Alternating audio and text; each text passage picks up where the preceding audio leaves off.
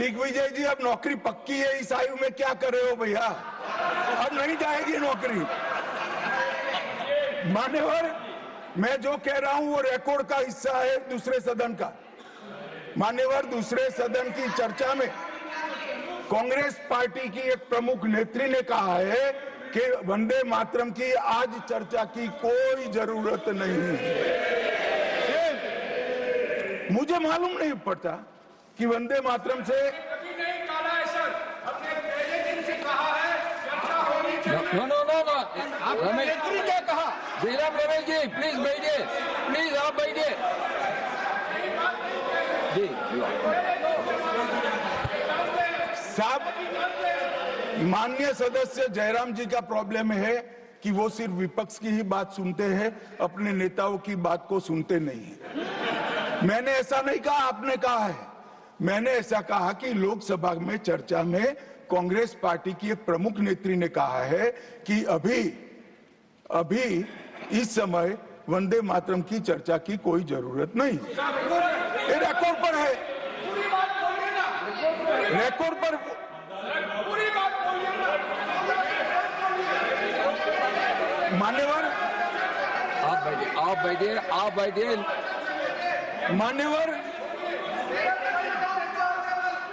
मान्यवर, जिस गीत को, जिस गान को महात्मा गांधी ने राष्ट्र की शुद्धतम आत्मा से जुड़ा हुआ गीत कहा, बिपिन चंद्र पाल ने एक राष्ट्र धर्म है जिसमें राष्ट्रभक्ति और कर्तव्य दोनों समाहित है, जिसकी अभिव्यक्ति वंदे मातरम करता है, वो वंदे मातरम का टुकड़ा करने का काम भी कांग्रेस पार्टी ने किया था।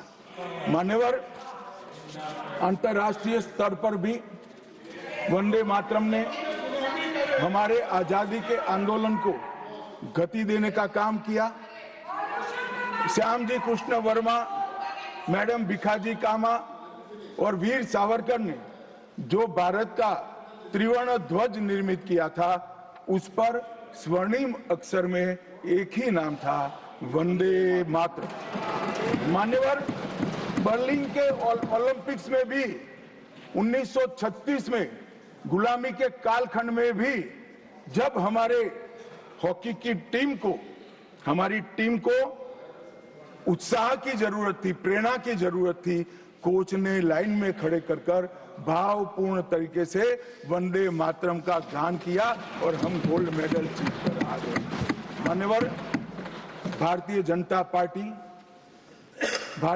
पार्टी की रचना हुई तब से हमारी तो पार्टी की रचना ही सांस्कृतिक राष्ट्रवाद और ये देश अपने मूल संस्कृति के आधार पर, मूल विचारों के आधार पर चलना चाहिए, पाश्चात्य संस्कृति के आधार पर नहीं चलना चाहिए। इसीलिए हमारी पार्टी की स्थापना थी।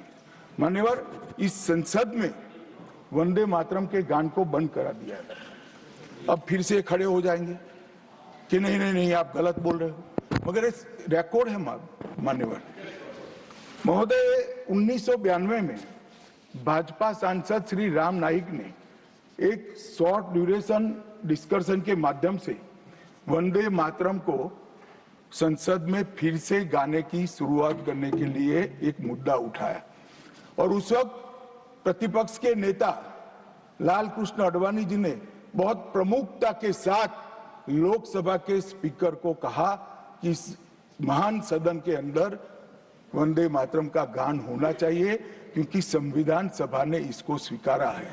और फिर लोकसभा ने सर्वानुमत से 1992 में वंदे मातरम के गान की शुरुआत की। मान्यवर, हम जब वंदे मातरम की गान की शुरुआत कर रहे थे, उस वक्त भी मैं नाम देना नहीं चाहता, वरना औचित्य के सवाल उठाएंगे, कुछ टेक्निकल मुद्दे उठाएंगे, मगर इंडी अलायंस के ढेर सारे लोगों ने, मेरे पास नाम की सूची है, इनको आपत्ति नहीं हो तो मैं पढ़ सकता हूं, ढेर सारे लोगों ने कहा था कि हम वंदे मातरम नहीं गाएंगे, ना बोल दिया। और मैंने मेरी आंख से देखा है, कई सारे सदस्य वंदे मातरम होता है तो वंदे मातरम के गान के पहले संसद में बैठे होते हैं तो भी खड़े होकर बाहर चले जाते हैं। मैं आपको विश्वास से कह सकता हूं मान्यवर, ये कह रहे हैं कि कांग्रेस पार्टी पर झूठे आरोप लगाए।